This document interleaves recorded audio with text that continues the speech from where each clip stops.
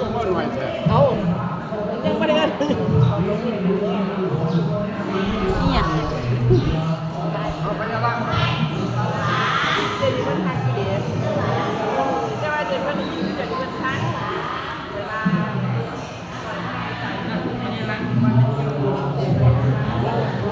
ตากว่ามัน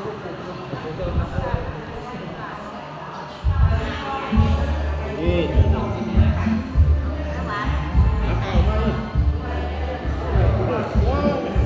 งตู้ตู้ตู้ตู้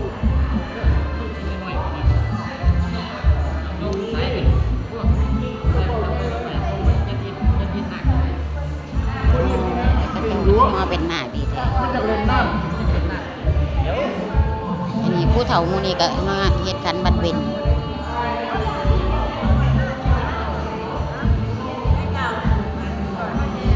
วันนี้ยายตูกมางานบวชพี่น้องมางานบวชมา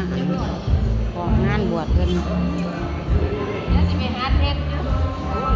บ่ยากดอก เด้ผู้เขาเอ็ดเป็นคนที่สอน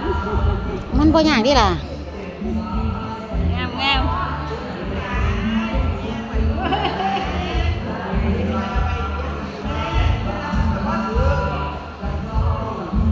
วันนี้ยายตูกมางานบวชพี่น้องยายตูกมางานบวช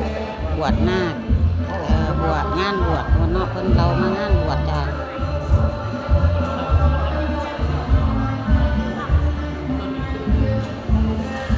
เพิ่นมัดบาทเด้อพี่น้องเพิ่นงอบาท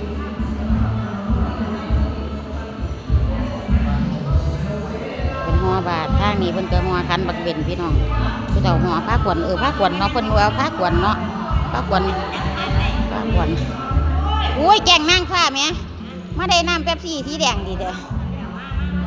บ่คือดอกเหยียบตัวปอแล้ว